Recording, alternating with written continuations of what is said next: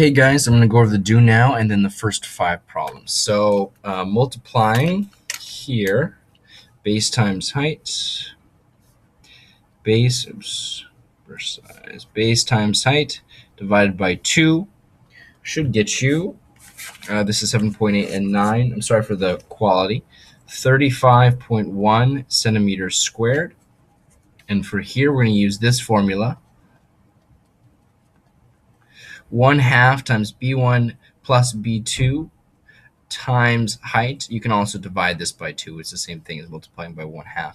This is base 1, and this here is base 2. And the answer for this should be 22.08. Now going down to this circle, this distance here is approximately 3.3 centimeters. Your answer should be roughly 21 centimeters. The area here, we're going to use pi r squared. Up here we use 2 pi r or pi times d. Pi r squared here, we're going to square the 12 first. So don't need that last line. This will be 144 times pi, and that's going to be roughly 452 centimeters squared. Okay, let's go over problem 1 first. Problem 1 is probably the most difficult problem because each of the answer choices in itself are a problem. Now, to do this, let's read the problem first. According to these 2 circle graphs, which statement is correct? Once again, sorry for the grainy. It's a little bit fuzzy. The number of games lost by Coach Washington is equal to 1/3 of the number of games lost by Coach Hoover. Now, to figure out the number of games lost by Coach Washington, you're going to find what 25% is of 200. Whenever you're trying to figure out the percentage of something, you can just multiply. So what I'll do is this will be answer choice A. Now the number of games lost by Coach Washington, we're just going to do 0.25 times 200. That's 25% times 200, and that's going to be 50. Now, this is supposed to be 1/3 of the number of games lost by Coach Hoover. So for here, we have 0.50, that's 50%, times 400, and that's going to be 200. Well, 50 is not 1/3 of this. This would actually go into this 4 times, so it's 1/4. So it cannot be A. Now, Coach Hoover has won exactly 100 games. So he won, this is answer choice B, he won 40%. And to figure out the total number of games he won, we'll multiply the percentage times the number of games. And 0.40 times 400 will be 160. So Coach Hoover did not win exactly 100 games. Next, Coach Hoover has won more games than Coach Washington. Okay, so Coach Washington, it's 0.70 times 200. And for Coach Washington, it's 0.40 times 400. So this we've already done up here, which is 160. And then 0.70 times 200 is 140.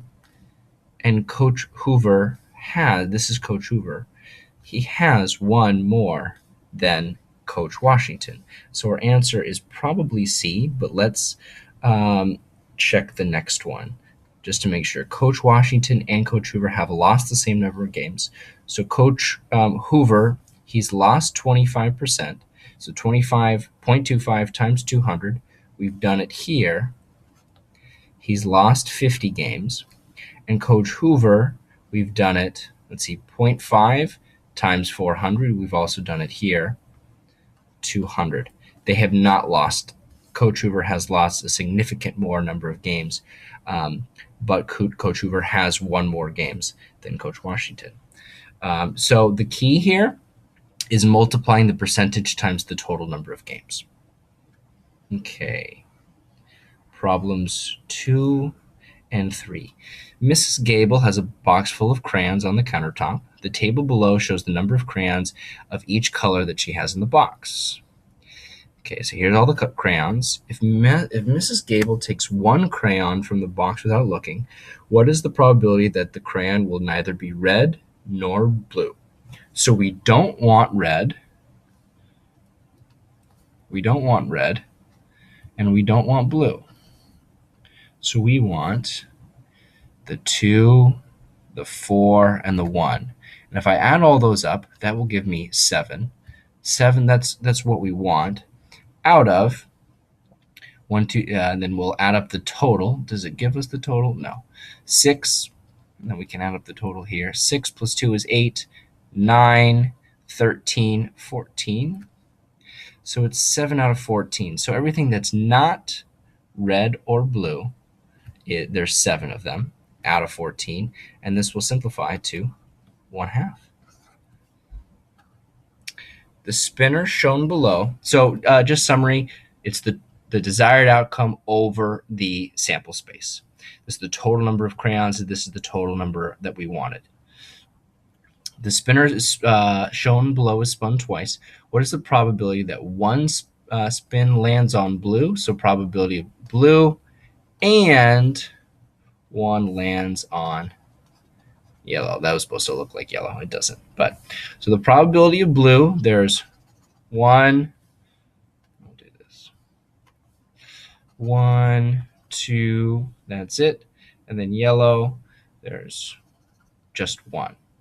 Okay, so probability is 2 out of 8 times probability of yellow is 1 out of 8. Multiply straight across, 2 over 64.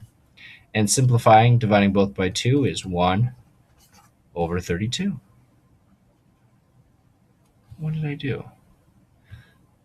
It's twice. What's the probability that one spin lands on blue and one lands on yellow?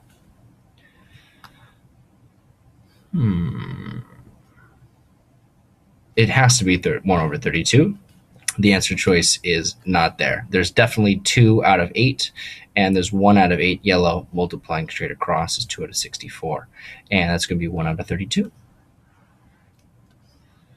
Problem, where is it? Here we go, 4. Okay, Giselle draws slips of paper from a hat. There are a total of 20 slips of paper. It's probably going to be our denominator with the numbers 1 through 20 written. She randomly draws the number 12 and removes it from the hat. Then she draws the number 18 and also removes it from the hat. She's about to draw another number. What is the probability that she draws a number that's greater than 10? So let's do something like this. Let's write out all the numbers: 4, 5, 6, 7, 8, 9, 10, 11, 12, 13, 14, 15. So these are all the numbers in the hat. And she drew 18, 12, and 18. So we're going to get rid of these, and she does not put them back in. So how many total are there? We subtract 2 from the original. So now there's 18 total. And then how many are greater than 10? Well, there's 1, 2, 3, 4, 5, 6, 7, 8. Oops, not here. Here. So that's 8 out of 18, which will reduce to 4 out of 9. It says here, greater than 10, which means does not including the 10.